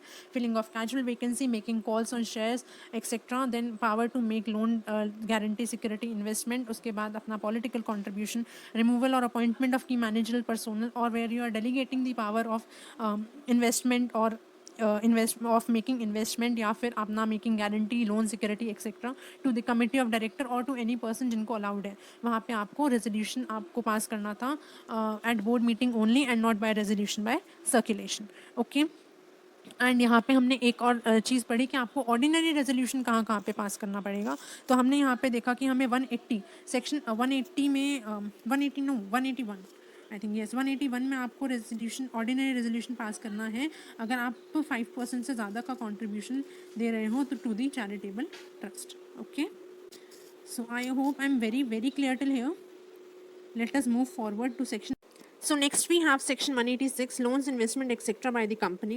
A company shall not make investment through more than 2 layers, but a company may acquire other company incorporated outside India if such other company has investment subsidiary beyond 2 layer.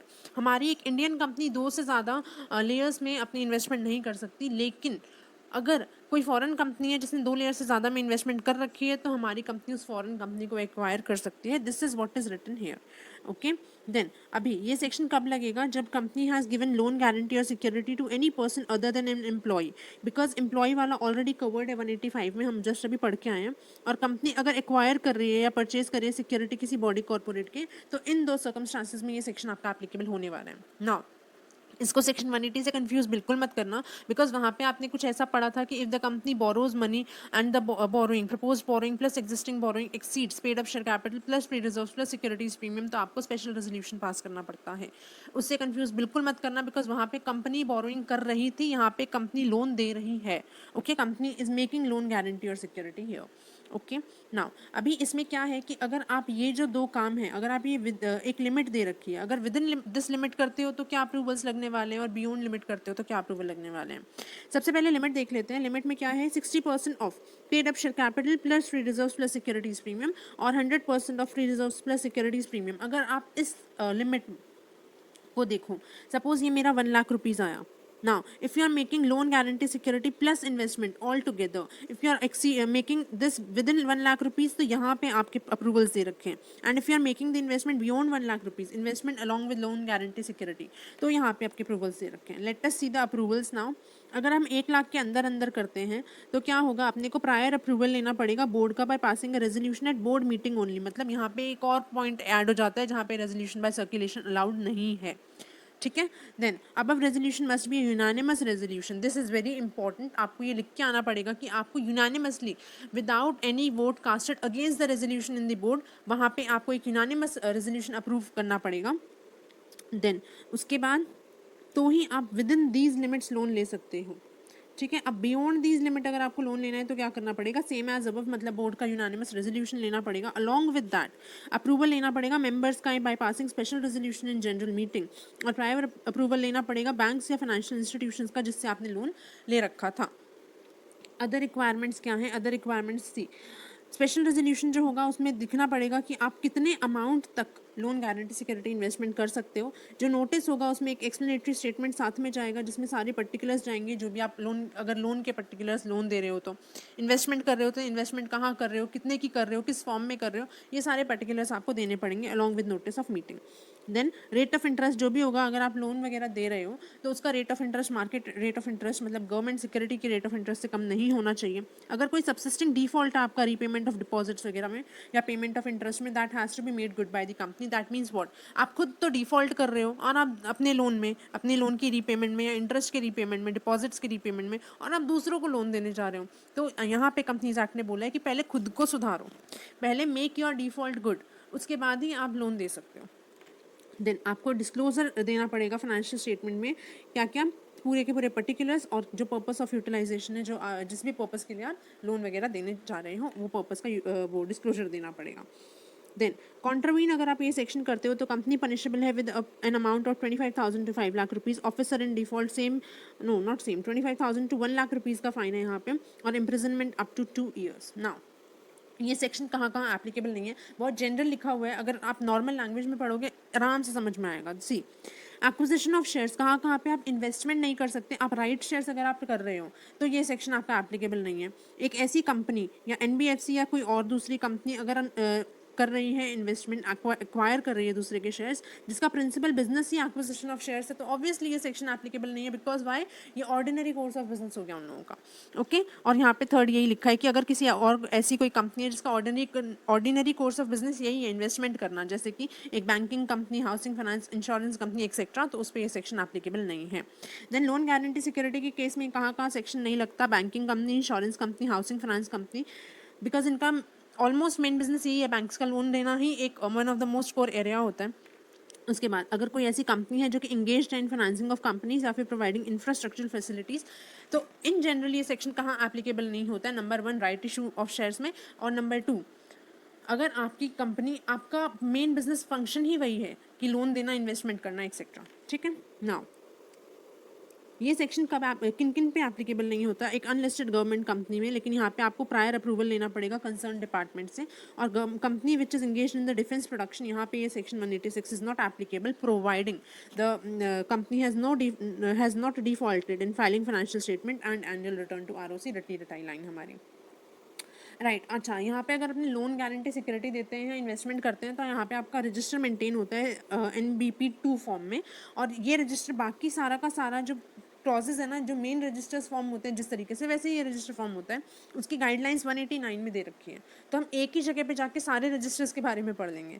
ठीक है, section 189 को refer करेंगे, बस आपको form number याद रखना है कि अगर लोन कर दे रही है कंपनी गारंटी सिक्योरिटी या इन्वेस्टमेंट कर रही है तो उसके सारे के सारे पर्टिकुलर्स MBP2 में मेंटेन होने वाले हैं। Okay Moving to the next section now, section 187, it talks about investment of company to be held in its own name. General local language में अगर इस section को समझना है तो जो company है, you already know, वो एक separate legal entity होती है, its legal entity is separate from its members. तो आपने बचपन में पढ़ा है कि वो सारी properties वगैरह अपने खुद के नाम में it can held properties in its own name, it can held assets in its own name, और reason why separate legal entity।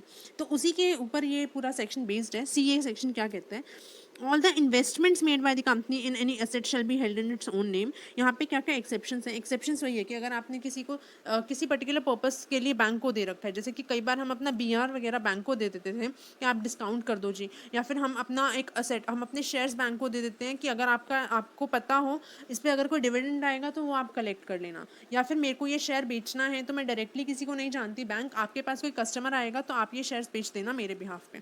ठीक है, तो मेरे बिहाफ पे करने के लिए अगर मैंने बैंक को दे रखा है तो वो इस सेक्शन का एक्सेप्शन है।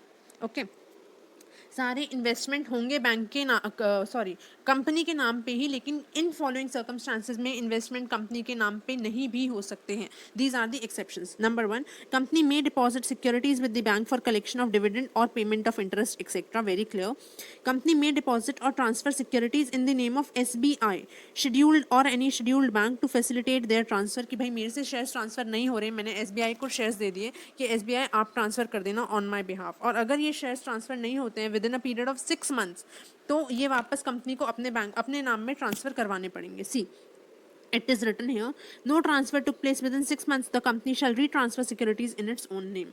Okay, इस पे MCQ expected है. Then next है, company may hold investment in the name of depository. company may transfer or deposit any securities to any person for repayment of any loan, advanced और performance of any obligation undertaken. अच्छा, मेरे को क्या करना था, मेरे को एक थर्ड पार्टी को पैसे देने थे. उसने मेरा कोई परफॉर्मेंस ऑब्लिगेशन, मेरे को कोई सर्विस दी, मुझे उसे पैसे देने थे. तो मैंने उसे पैसे ना देने की बजाय मैंने ये डिसाइड किया कि मैं उसे शेयर्स दे दूंगी अपने पास जो रखे हुए. मेरे पास रिलायंस के शेयर्स पड़े हैं, मैं उस पर्सन को शेयर्स दे दूंगी. तो मैंने क्या किया, मैंने बैंक को शेयर्स दे दिए उस पर्सन को शेयर्स देने के लिए. ठीक है, this is what is the meaning of point 4. Now what makes this section important is the penalty, amended penalty. See what is written, for this purpose company shall maintain a register. अच्छा, अपने नाम में अगर मेरे पास कोई भी investment है जो मैंने बैंक के नाम में फॉर द टाइमिंग कर रखा है, तो मुझे उसका रजिस्टर मेंटेन करना पड़ेगा कंपनी हूँ मैं. ओके, रजिस्टर फॉर्म MBP3 में मेंटेन होगा और बाकी सारे रिमेनिंग क्लॉजेस सेम है जैसे 189 में रजिस्टर बनता है, वो हम अपने वहाँ देख लेंगे. फ्लैट पेनल्टी यहाँ पे इंट्रोड्यूस हुई है कि अगर मैं इस सेक्शन को कॉन्ट्रीब्यून करती हूँ तो मेरे पे कंपनी पे 5 लाख रुपीज़ का पेनल्टी लगेगा. It is a flat penalty. Up to नहीं है कि मतलब कि असेसिंग ऑफिसर के पास हाथ में है सारी पावर कि वो डिसाइड करेगा. No, it is a flat penalty. अगर आपने अपने नाम में सिक्योरिटी नहीं रखी कंपनी, तो फ्लैट पेनल्टी 5 लाख रुपए. ऑफिसर इन डिफॉल्ट के केस में 50,000 रुपये की फ्लैट पेनल्टी यहाँ पे भी. Okay, I hope I am very clear till here. Now we have section 188 related party transaction. I think इस चैप्टर का अभी लास्ट मोस्ट इम्पॉर्टेंट सेक्शन है ये. इसके बाद आपके ऐसे कुछ कुछ से सेक्शंस हैं which are comparatively very less important examination point of view से देखें तो. So what is the meaning of related party, ये मैंने सबसे पहले दिया हुआ है. रिलेटेड पार्टी कौन होता है, देखो कंपनी के केस में with in the persons company के कौन कौन रिलेटिव हो सकते हैं और आउटसाइडर्स कौन कौन रिलेटिव हो सकते हैं, ये मैंने सेग्रीगेट कर दिया बिकॉज आपको इजी पड़ेगा इससे. देखो, कंपनी के लिए कंपनी का डायरेक्टर, कंपनी का KMP, कंपनी की होल्डिंग, कंपनी की सब्सिडरी, कंपनी की associate, subsidiary of holding. Subsidiary of holding मतलब क्या, ये मेरी कंपनी है, कंपनी की कोई सब्सिडरी है, उस सब्सिडरी की कोई और होल्डिंग भी है. मतलब कि दो कंपनीज ने अगर एक ही जगह दो कंपनीज ने अपनी इन्वेस्टमेंट, दो कंपनीज की सिंगल सब्सिडरी होती है ना, तो जो अदर होल्डिंग कंपनी होती है that is known as holding subsidiary of holding company. Then investing company, जिसमें आपकी कंपनी ने 20% से ज़्यादा का इन्वेस्टमेंट कर रखा है या any other person as may be prescribed. ये हमारे कंपनी के टर्म्स में आपने रिलेटेड पार्टी हो गए डायरेक्टली. अब आउटसाइडर्स में कौन कौन, कोई भी फर्म, कोई भी प्राइवेट कंपनी या फिर पब्लिक कंपनी जिसमें आपका डायरेक्टर, मैनेजर या रिलेटिव पार्टनर है, डायरेक्टर है रिस्पेक्टिवली. फर्म में पार्टनर, प्राइवेट कंपनी में डायरेक्टर, पब्लिक कंपनी में डायरेक्टर. बट पब्लिक कंपनी में एक और कंडीशन है, अलॉन्ग विद दिस जो डायरेक्टर है along with other relatives, उसका holding more than 2% of the paid up share capital होना चाहिए. उसके बाद बॉडी कॉर्पोरेट, जिसमें आपका डायरेक्टर जिसका डायरेक्टर आपके डायरेक्टर के हिसाब से एक्ट करता हो या फिर any other person as may be prescribed. ये हमारे रिलेटिव की डेफिनेशन आ जाती है. ठीक है, आई होप बहुत बहुत सिंपल डेफिनेशन है. कंपनी के अंदर के डायरेक्टर हो गया, उसका रिलेटिव हो गया. उसके बाद कंपनी के रिलेशंस में holding subsidiary associate, subsidiary of its holding company और इन्वेस्टिंग कंपनी, क्योंकि मेरी इन्वेस्टमेंट 20% से ज़्यादा है. ठीक है, उसके बाद अदर्स, आउटसाइडर्स में कोई भी ऐसा फर्म जहाँ पार्टनर हो, प्राइवेट कंपनी जहाँ डायरेक्टर हो, पब्लिक कंपनी जहाँ डायरेक्टर हो प्लस 2% से ज़्यादा की होल्डिंग रखता हो अलॉन्ग विद रिलेटिव्स, और बॉडी कॉर्पोरेट जहाँ डायरेक्टर के हिसाब से कंपनी चल रही है, जो बॉडी कॉर्पोरेट चल रही है. ठीक है ना. रिलेटेड पार्टी ट्रांजैक्शंस कौन कौन से होंगे, सारे ट्रांजैक्शंस तो रिलेटेड पार्टी होते नहीं. ये सारे ट्रांजैक्शंस को रिलेटेड पार्टी ट्रांजैक्शंस के लिए कैटेगराइज किया गया है. First transaction relates to the goods है, गुड्स या मटेरियल का सेल, परचेज, सप्लाई. इसकी लिमिट है 10% ऑफ टर्नओवर, बिकॉज गुड्स की बात कर रहे हैं तो सेल्स देखेंगे. 10% ऑफ टर्नओवर और 100 crore whichever is lower. अब सर्विसेज की देखें, अगर सर्विसेज को रेंडर या अवेल कर रहे हैं हम, 10% ऑफ टर्नओवर और सर्विसेज में 50% हो जाता है तो 50 crore whichever is lower. उसके बाद property relates to net worth of the company. So here अगर सेल, परचेज या डिस्पोज ऑफ या प्रॉपर्टी का लीजिंग है तो लिमिट सेम है, 10% ऑफ नेट वर्थ और 100 करोड़, 10% ऑफ नेट वर्थ और टर्नओवर और 100 करोड़. बिकॉज लीजिंग जो है प्रॉपर्टी की वजह से वो नेट वर्थ में जाती है, लीजिंग की इनकम होती है इसकी वजह से वो टर्नओवर में जाती है. तो यहाँ पे आपको दोनों का चेक करना पड़ेगा. और 100 crore whichever is lower.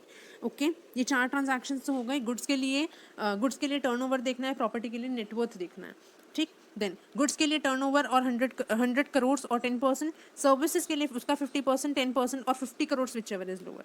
Now appointment और एट ऑफिस और place of profit in the company subsidiary और एसोसिएट, अगर आप किसी भी पर्सन को अपॉइंट कराते हो 2.5 लाख रुपए पर मंथ की यहाँ पे लिमिट दे रखी है। Then underwriting subscription of securities और डेरिवेटिव्स और उसका लिमिट है 1% नेटवर्थ। नाउ ये लिमिट्स आपको क्यों ध्यान में रखने हैं, अगर आप इन लिमिट्स के बियॉन्ड ट्रांजैक्शन कर रहे हो तो सेपरेट सेट ऑफ अप्रूवल है, मतलब कुछ एडिशनल अप्रूवल आपको लगेंगे। अभी पहले देख लेते हैं, अगर अपने इतने के अंदर अंदर करते हैं तो क्या अप्रूवल्स हैं। सी, transactions up to these limits अगर आप करते हो, you have to take consent of board by passing board resolution only at board meeting। ये एक और पॉइंट यहाँ पे आपका ऐड हो गया कि रिलेटेड पार्टी ट्रांजैक्शंस अगर आप इवन विद इन लिमिट्स करते हो तो आपको बोर्ड अप्रूवल बोर्ड मीटिंग में लेना है, resolution by circulation not allowed.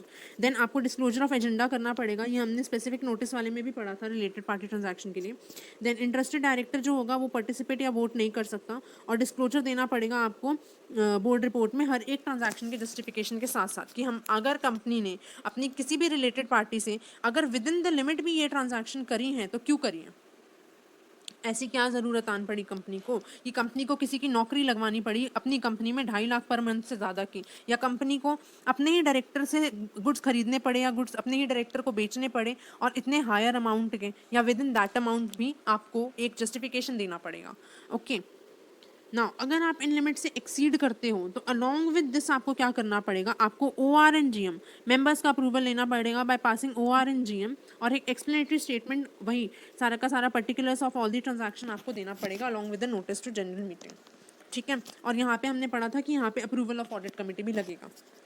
Now अगर विद इन लिमिट अगर आप ट्रांजैक्शन करते हो तो रिकमेंडेशन लगेगा, और बियॉन्ड लिमिट करते हो तो अप्रूवल लगेगा। हमने वहाँ पे पढ़ा था transaction other than related party transaction में audit committee shall make a recommendation to the board and for the transaction more beyond the limit specified, तो यहाँ पे ऑडिट कमेटी का अप्रूवल आपको लेना पड़ेगा, ठीक है। नाउ अगर एक मेंबर है वो is a related party then he shall not vote on such ordinary resolution, but इसका एक्सेप्शन है कि प्राइवेट कंपनी और कंपनी जहाँ पे 90% और more of the members are interested वहाँ पे even the related party shall vote on the ordinary resolution. Now 188 is not applicable to transaction done at ordinary course of business and transaction done at arm's length price. Then transaction between holding and its subsidiary यहाँ पे OR is not required, मतलब members को आपको involve करने की ज़रूरत नहीं है। अच्छा, अगर अपने without the consent of board या विदाउट पासिंग ऑर्डिनरी रेजोल्यूशन या without taking the approval of audit committee अगर हम ये ट्रांजैक्शंस कर लेते हैं, हमने अप्रूवल नहीं लिए ट्रांजैक्शंस कर ली, किसे पता लग रहा है, तो पता लग रहा है और उसके पेनल्टीज क्या हैं देखो। अगर आपने विदाउट कंसेंट ऑफ बोर्ड करी that is voidable eight the option of board. अगर आपने OR पास नहीं करा या फिर ऑडिट कमेटी का अप्रूवल नहीं लिया या फिर मेंबर्स का अप्रूवल नहीं है, जिसका अप्रूवल नहीं लिया ना वो लोग डिसाइड करेंगे कि अब आपको आपकी इस ट्रांजैक्शन को वॉइड मानना है या वैलिड मानना है। अगर बोर्ड का अप्रूवल नहीं लिया voidable eight the option of board, मतलब बोर्ड विल डिसाइड। अगर आपने मेंबर्स का नहीं लिया मेंबर्स विल डिसाइड। अगर आपने उसका ऑडिट कमेटी का नहीं लिया तो वहाँ तो लिखा ही है कि विद इन 3 मंथ्स अगर आप अप्रूव नहीं कराते हो कोई related party transaction that shall B voidable eight the option of audit committee. ये हमने 177 में पढ़ लिया था। और एक और चीज़ वहाँ पे पढ़ी थी कि अगर किसी डायरेक्टर की रिलेटेड पार्टी से हम ये कॉन्ट्रैक्ट करते हैं, कंपनी की रिलेटेड पार्टी से करते हैं तो ऑलरेडी यहाँ पे कवर हो जाएगा। डायरेक्टर की रिलेटेड पार्टी से हम कॉन्ट्रैक्ट करते हैं और कंपनी को लॉस हो गया तो कंपनी वो डायरेक्टर शैल इंडेमनीफाई सच लॉस। ये भी हम सेक्शन 177 से पढ़ के आए हैं, कट कॉपी पेस्ट है यहाँ पे। Punishment for contravention important, very important. Why? Because there is an amendment. Flat penalty का यहाँ पे भी कॉन्सेप्ट इंट्रोड्यूस किया है। यहाँ पे लिस्टेड कंपनीज में अगर आप रिलेटेड पार्टी ट्रांजैक्शन में कोई भी कर देते हो डिफॉल्ट, तो यहाँ पे आपकी कंपनी 25 लाख रुपए का यहाँ पे आपको वो लगेगा, सॉरी ऑफिसर को 25 लाख रुपए की फ्लैट पेनल्टी लगेगी, चाहे कितने का ही झोल किया हो, फ्लैट पेनल्टी 25 लाख रुपए की। नाउ अगर आपका ऑफिसर, अगर आपकी कंपनी लिस्टेड कंपनी नहीं है, कोई और कंपनी है, तो ऑफिसर को 5 लाख रुपए की फ्लैट पेनल्टी यहाँ पे लगने वाली है। अगर हम एक बार कोरिलेशन के पॉइंट से और पढ़ें तो यहाँ पे अगर जो भी ऑफिसर इन डिफॉल्ट होगा अगर वो डायरेक्टर हुआ ना तो यहाँ वेकेशन ऑफ ऑफिस का भी क्लॉज लग जाएगा। क्योंकि हमने वहाँ पे पढ़ा था कि अगर डायरेक्टर 188 के किसी भी प्रोविजन को 188 के किसी भी प्रोविजन को वो कर देता है, कॉन्ट्रवीन करता है, तो आपका 5 साल के लिए डायरेक्टर इज डिस्क्वालीफाइड। वहाँ जाके देखना, यू विल रिमेंबर। ओके, तो बहुत क्लियर है ये पॉइंट, आई होप। ठीक है। I hope this section, the entire section is very clear. अगर एक बार मैं फटाफट इस सेक्शन को रिवाइज कराऊं तो आपको लिमिट्स याद करनी है। अप टू द लिमिट अगर आपने कुछ गड़बड़, अप टू द लिमिट अगर आपने कोई ट्रांजैक्शन करी है, एक कंपनी के रिलेटेड पार्टी ने कंपनी से अगर up to these limit transaction करी है तो भी कंसेंट लगेगा बोर्ड का। उसके बाद आपको एक जस्टिफिकेशन देना पड़ेगा कि ये ट्रांजैक्शन क्यों करी आपने, बाहर से क्यों नहीं करी और रिलेटेड पार्टी से क्यों करी, ऐसा एक जस्टिफिकेशन। और अगर बियॉन्ड लिमिट कर दी तो ORNGM लेना पड़ेगा, एक्सप्लेनेटरी स्टेटमेंट देनी पड़ेगी और ऑडिट कमेटी का अप्रूवल भी लगेगा।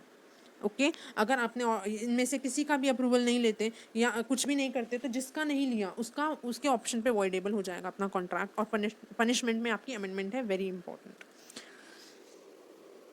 आगे बढ़ते हैं। सेक्शन 189 रजिस्टर, जो रजिस्टर की बातें चल रही थी इतनी देर से कि रिलेटेड पार्टी का रजिस्टर बनेगा, देन डायरेक्टर इंटरेस्टेड होगा जिस कॉन्ट्रैक्ट में उसका रजिस्टर बनेगा, अपने नाम में इन्वेस्टमेंट होल्ड करना पड़ेगा, अगर अपने नाम में इन्वेस्टमेंट नहीं है, बैंक के नाम में इन्वेस्टमेंट है तो रजिस्टर बनेगा। तो रजिस्टर क्या है, let us see. Register of contracts और agreements entered in which directors are interested, ये सिर्फ उसके लिए नहीं है, सारे रजिस्टर के लिए सेम ही प्रोविजन है। तो इसी सेक्शन को पढ़ लोगे तो you will get a clarity.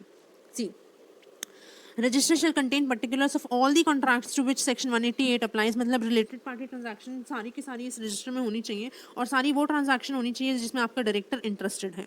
Interested याद है ना, 2% से ज़्यादा की holding along with interested along with other directors of the company.